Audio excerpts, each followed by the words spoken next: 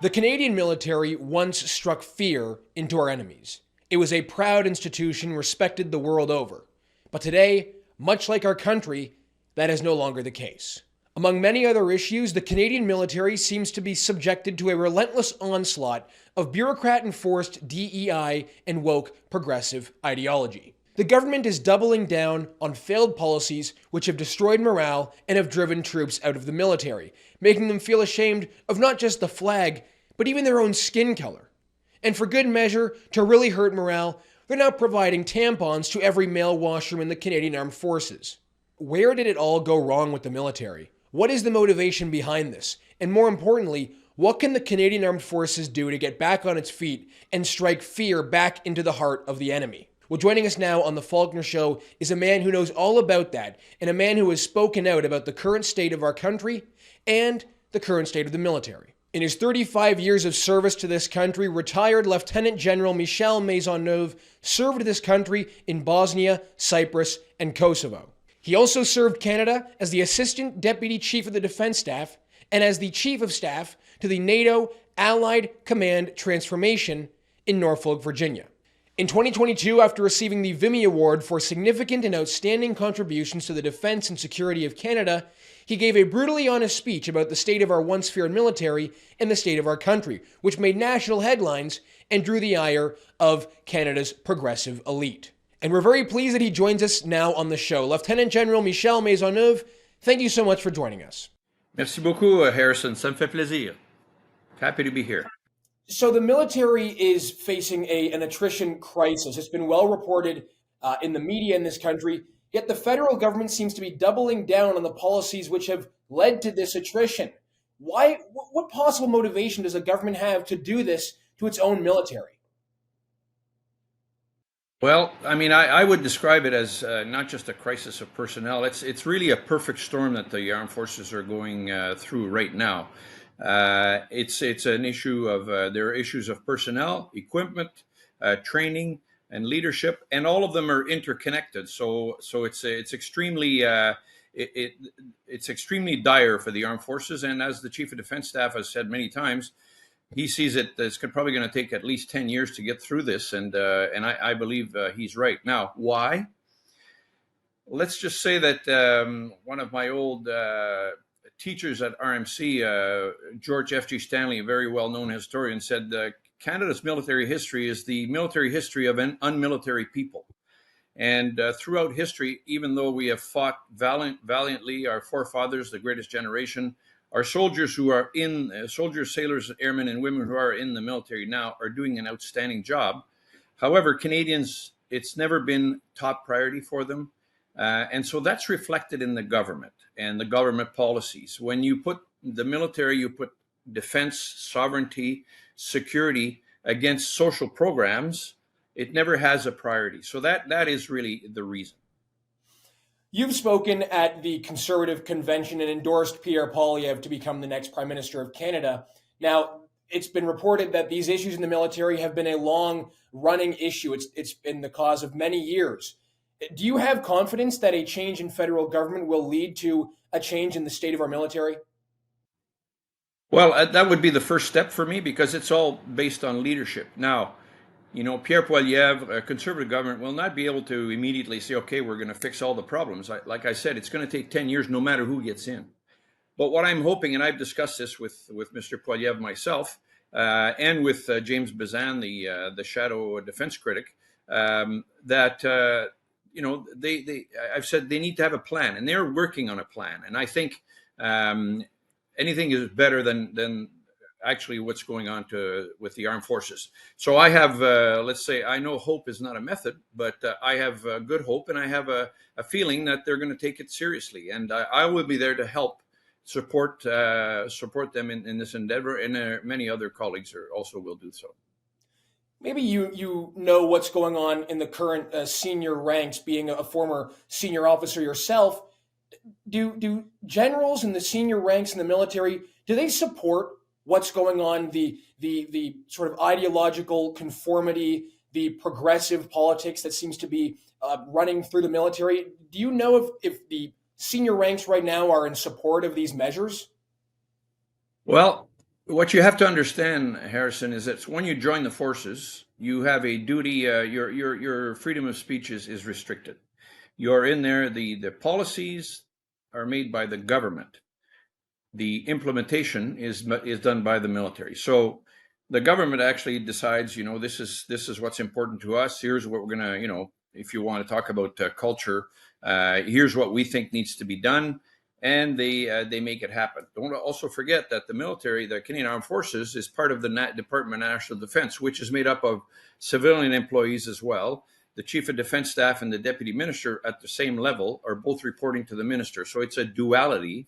And so, the Deputy Minister has his or her ideas. The Chief of Defence Staff has his or her ideas, and they try to work together, obviously, and it usually works very, very well. Now, so in terms of whether the senior military officers support it, I think those officers are doing the best with what they're given. The Chief of Defence Staff is a fine human being. I know him, and his heart is in the right place, and he has a can-do attitude, as we all had when we were in. But he has a duty to, his freedom of speech is restricted. He has been quite open about saying what the situation is. In the military, they always taught us that if the media comes to you, you're allowed to say what you're doing, what the job entails, and what the situation is at this time. You're not allowed to talk about policy or speculate or anything. So he's talking about the situation in the military, as are Vice Admiral Octoloni and Angus Topshee as well, who've made videos and explained to their troops. It's all part also of leadership, of making sure that your troops are advised of what's going on. So presumably they are doing the best with what they're doing, and I think again their heart's in the right place. And listen, it's not easy when you're given certain tasks and you don't necessarily agree with it. Well, if you don't agree with it, get out, and or else stay in. And it's always, you get to that point where you either stay in and try to change things and protect your troops from, I would say, the idiots above. I'm not talking about anybody else, specifically or anything, but I'm saying, part of a leader's job is to ensure that he or she protects those below them, below him or her, from the decisions that may have a really difficult impact. So they're doing the best they can, I think, with the issues they're given. When you delivered your speech at the Vimy Gala in 2022 after receiving the Vimy Award, your speech made headlines across the country. I guess they were surprised that someone like yourself would be so honest about the current state of our military. Take me through what motivated you to be so blunt and be so honest about the issues facing our country. Well, Harrison, I had been, I got out in 2007, and from 2007 to 2018, I worked as a senior executive in the public service. As such, and in the military, I had a duty as well to restrict my freedom of speech and speak about those things, as I said, within a certain, those things that I was doing and so on. But I was not allowed to comment on policy. But I had been seething, really, when I was seeing what's happening with the forces. From the time I got out, I really felt that that things were going to the point of reducing the authority and the initiative and the ability of commanders to actually have authority and make decisions, the right decisions. Stuff like this being taken away by policies, my sense was we were trying to make the military too much like the public service. It's a whole different ball of wax. The military has different duties and so on. We can get into it if you want. But so I had been getting quite dissatisfied.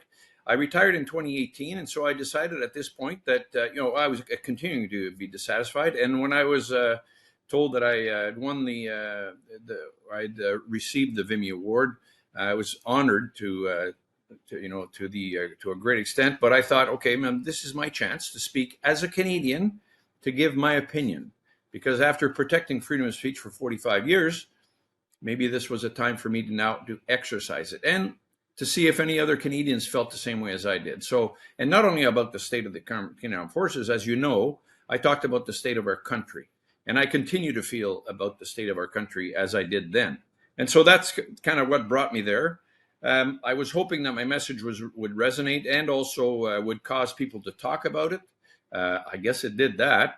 But again, though, it did that mostly in the conservative circles. But again, I was speaking as a Canadian at this point. I was not speaking as a conservative, and I hadn't come out of the closet, as I like to say. But so that was what happened, and I tried to end with a positive message as well. That in spite of that, it's still a wonderful world. We live in a great country, but I think Canada can do better than it's doing right now, and so this is what kind of the continuing aspects of my speech, I think, are, now I'm obviously, when I spoke at the convention, I was speaking as a conservative, supporting Pierre Poilievre, my wife also, and so now now I'm doing what I can to change this government. Obviously, the military has changed immensely since when you first joined to where it is today.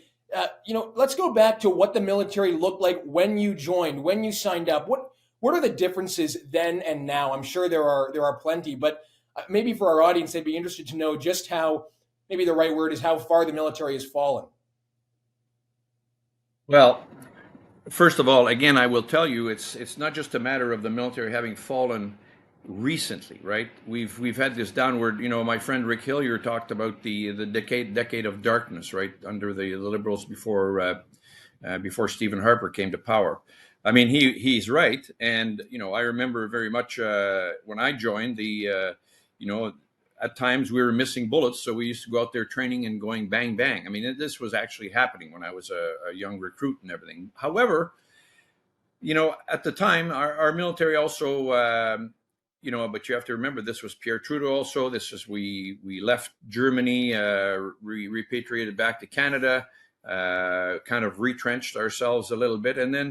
But then we became very well known as great peacekeepers. And of course, one of the things that made us great peacekeepers is the fact that we were very operational and able to actually, good soldiers that could actually take up arms and fight, as we had demonstrated in the Second World War at Korea and conflicts since then. So, so one of the things, for example, my old sergeant, who is now a retired chief warrant officer, the other day, him and I were talking, and he said, our infantry battalions were 800 people in those days, and you could give a mission to send an infantry battalion into a mission. You didn't have to take companies from other battalions to make one battalion. One battalion was a full battalion at 800. Now a battalion is probably 500. So that means if you're going to put it out there for a mission, you're going to need to get one or two companies from other battalions, or increase reserves and with the battalion to do it. For example, our mission in Latvia now, we're trying to take this from a battalion group to a brigade group. That's a huge commitment, going from probably 1,200 to 2,300. That's going to take a lot of the troops from Valcartier who are going to do it. And I must tell you that our units are going to need to be augmented because we can't do it. So these are some of the differences that have happened. But, the issue of equipment's always been an issue. I mean, we bought a training vehicle for tanks. I'm a tanker. So we bought a training vehicle, said, no, we'll never deploy it. Well, we deployed it. And so our troops had to use a training vehicle as an operational vehicle, and, presumably to defend or actually do, offensive operations. And it never happened, luckily, but we did fire in anger a few times. So this is kind of, it's been an issue for a long, long time. I mean, I could go through some of these issues that we're having today, but, the point is they're all interconnected, and it's a real, like I said, a perfect storm. In that speech you discussed at the Vimy Gala, you discussed, as you mentioned before, it wasn't just about the state of our military, but the state of our country. And one of the themes you touched on was the fact that the government essentially wants Canadians to apologize for our history, a history that we should be proud of, not one that we should be apologizing for.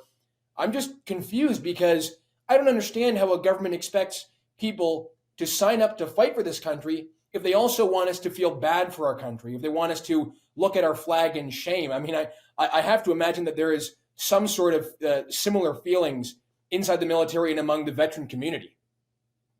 Well, I imagine it certainly doesn't help our recruiting, does it now? Right. If our military, let's say, okay, let's talk first of all about the apologies. Look, you cannot judge today's or the leaders of yesterday with today's values. Okay, things were different then. So you have to look at what our forefathers did. They built a great country. They worked hard to make it the country that it is today. There's no doubt they made some mistakes, and okay, we've apologized and we continue to apologize. But I think there's a point at which you say, okay, yes, John A. Macdonald was not perfect, nor was Dundas or any of the other, Cornwallis. However, my goodness, the things that they did to build this country, to make it what it is today, needs to be honored. And so tearing down a statue, as opposed to saying, okay, let's put a plaque on it that explains that this guy was not perfect, but he is somebody that we should recognize as a historical figure of not only interest, but that should be revered and appreciated for what they did, for the good things that they did. Now, going from there to these apologies and the impact on Canadians themselves. I mean, Canadians deserve to be proud, and they deserve to be patriotic. I love our flag, and I think our flag should be the first one and the only one to really be above all other flags. And I've seen it sometimes be below other flags that, of special interest, as I call them. So that really frustrates me. It bothers me. And so Canadians need to be patriotic, proud of their country. This will have an impact on recruitment and all the work that all the questions that the military is under in terms of culture and DEI and everything, and how everyone in there is a bad person. Well, no, I'm sorry. 99.99% of all the military are good people who are working hard and men of honor. And I can talk about my wife, what her experience has been. She believes that, most people are honorable. Those that are not, those that are nasty, you get them out, kick them out, you take them to the full extent of the law. But you need to at some point say, okay, we're now going to roll all these issues of culture into the normal processes and ensure that the recruiting message goes out that this is an institution that is worth joining. Service to Canada is something that should be honored and pushed. And I think that's the only way we're going to solve the problems at the really high strategic level. You touched on the DEI narrative and influence in the military, and there was the Canadian Military Journal recently published their recent issue, which basically accused the military of being, supporting white supremacy, the patriarchy. All of those classic DEI terms were infused throughout that. As a leader of men, talk about the morale impact on the troops and how that impacts operations, and not just recruitment, but the day-to-day operations, not just in a battlefield, but while you're training as well. The morale seems to be a target for people like the bureaucratic class in the military. I just don't understand what the motivation behind this possibly is. Yeah, I think the motivation was to try and start a bit of a discussion, have a little bit of a put the issues out there. In my view, it went way too far. I mean, and I've actually written to the editor, and I think my letter will be published in the next issue. So you're right. It kind of it almost like it painted everyone with the same brush. That everybody was a nasty person, and that there was still all kinds of underlying issues that needed to be fixed. Look, again, my view is that there were bad people. These people, I'm hoping now, are being brought to justice and will be tried. And by the way, to ensure that those that are brought to justice but are found not guilty are also returned to duty and reparations are provided, because your career can be shot even if you've just been accused and actually found not guilty. You imagine a teacher trying to go back to school and after he's been accused and found not guilty. Anyway, but yes, it's had an impact. I'm sure it's had an impact, and I have no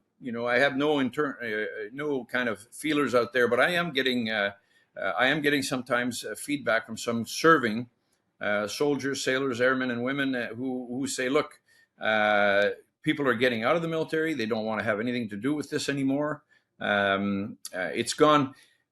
The issue is almost as if DEI has trumped meritocracy. And I really believe that we need to go back to that. And, if you're trying to make the forces more diverse, if you get two candidates that have the same amount of merit, well, okay, maybe you choose the one that's part of a minority. However, meritocracy has to be the top way that you recruit and bring people in and promote them, etc. So DEI, I'm sure, has had a huge impact on morale, and unfortunately, I think that's one of the issues of retention that we're sensing. Now, on retention, the 16,000 people that reportedly are missing from the military, the problem is not just the numbers. The problem is, who are these people?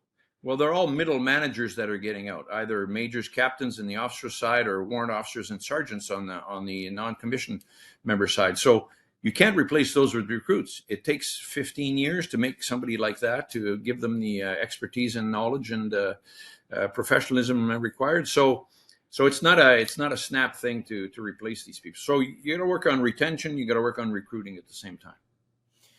And the whole point of a military, I'm not in the military, but from my perspective, it should be first and foremost about being able to operate and being effective and being, effective in war. Now, I just don't understand where DEI comes into that at all. It doesn't seem as though there's any value in DEI if the sole objective of military is to be effective at winning battles. Yeah, one of the things in that Canadian Military Journal, one of the articles in there talked about, the warrior culture is not necessarily good. And I guess when I wrote, I said, what do you mean the warrior culture? Well, that's what you want. You want your warrior to go to war and win. Okay, that's the purpose of the Canadian Armed Forces. Okay, to protect us in Canada and to protect our values when they go outside of Canada. And if that means going to war, being prepared to give your life, well, I'm sorry, but that's what you sign up for when you sign that blank check, to the point of losing your life doing it, or actually ordering others to lose their life, which is also a huge responsibility. So they, that whole warrior culture versus DEI. I'll tell you what, if you're a young sergeant commanding a section of 10 men and women, okay, those women are going to be included in that section. They're going to be inclusively in there. They're going to be part of the team. And the whole idea is to create a team to be able to work together. And so they're the whole DEI thing, again, making people understand it's important to be inclusive. Doesn't matter what the color, gender, sex, sexual orientation is. You got to ensure that your folks are together. And so brings me to my next point, which imagine now the challenge of a lieutenant, a captain, or a sergeant or warrant officer trying to bring that section of 10 people together, and ensuring that, okay, everybody's feeling good and they're all feeling included. But I can tell you, when you go to war, it's now, okay, when I say go, you go. You don't say, well, I don't know, he said go too loud or whatever. It's so there's a limit at which you get. I just think the pendulum perhaps has swung too far. Certainly from what I read in CMJ, it was way too far. So I wrote and said, look, this has gone too far. Now we need to reinstate meritocracy, operational capability. And you're absolutely right. Operational capability's got to trump any of the other cultural issues. So the military was once feared by our enemies. We were very successful in the world wars, and our enemies, they feared us, and we have records of that. It doesn't appear to be that case now. How can the Canadian military strike fear back into our enemies?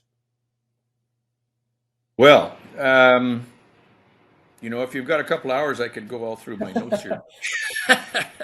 But look, I'll tell you, the first thing that needs to happen, I think what I would say that it needs to be a government objective to do it. And when we were serving outside the country in Afghanistan and some of our other missions, we used an approach called the whole of government approach.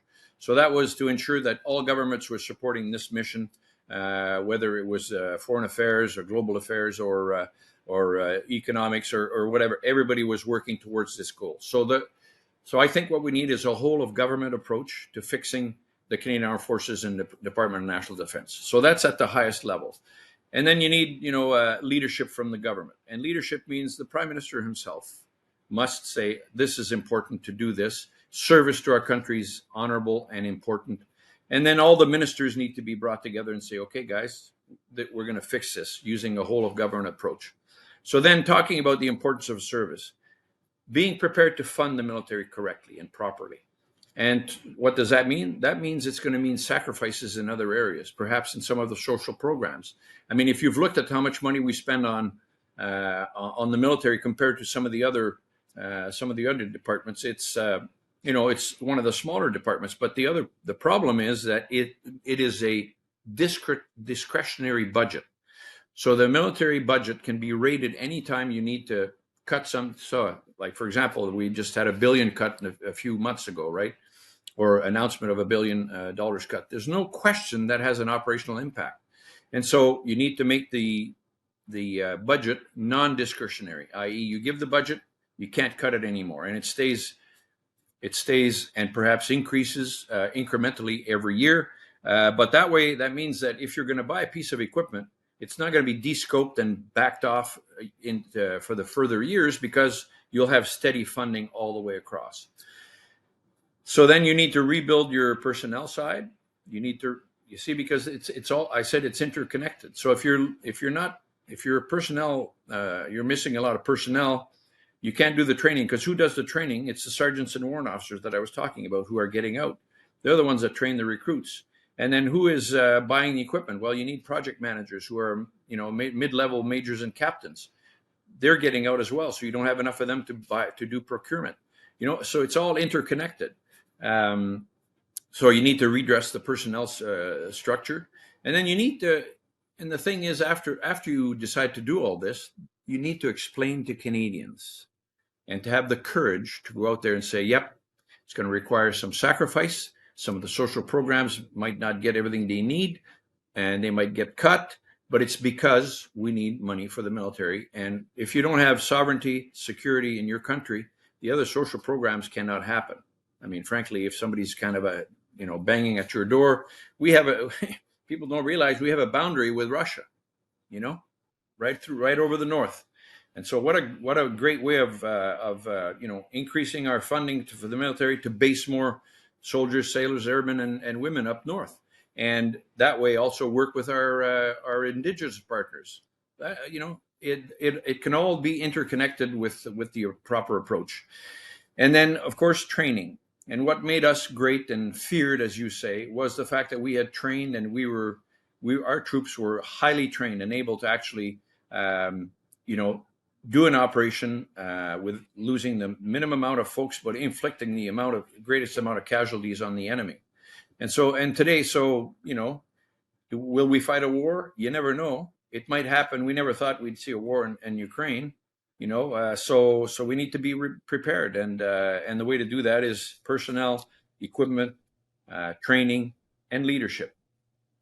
And General, the last question I have for you before I let you go: say there's a young Canadian watching this and they're contemplating joining the military. What would be your pitch to them as to why they should serve this country? Notwithstanding everything I've said, a military career is one of the greatest things you can undertake. First of all, you can either join as a private, in the ranks, as my wife did. She spent 5 years in the ranks and then was sent to military college and came out as an officer, served a total of 21 years. I have my boy who joined the Navy. He's been in now 24 years. He's a Chief Petty Officer, second class. He's enjoying his career. It's a tough career. There's no question. And you don't have everything you need. However, what you have is the best people in the world. Our young men and women in Canada are incredible people. They will surprise you with their energy, the enthusiasm, their initiative every time you work with them. And when you get downtrodden, and I know some of our senior officers at National Defence Headquarters, talking about the Chief of Defence Staff and all the way down, are feeling the pressure of the policies and everything that's going on. However, I'm sure that when they want to get picked up and they want to feel great about what they're doing, they just have to go talk to the troops, go and see what they're doing in the field, go ask them how it's going, and they'll tell you, point blank, without any frickin' filter, exactly what's happening in there. And so it is a great career. The possibilities of it's a well-paying career. And one thing I didn't realize when I joined is the pension at the end is fantastic. So these are things that you don't think about when you're a young lad or a woman joining the military. But outstanding career, lots of fun, great friends, lots of travel, lots of opportunities, and nowadays we need them. We need young people to join. Lieutenant General Michel Maisonneuve, thank you for your service to this country, and thank you for this interview. Really appreciate it. Thank you, Harrison. Good talking to you. Merci beaucoup.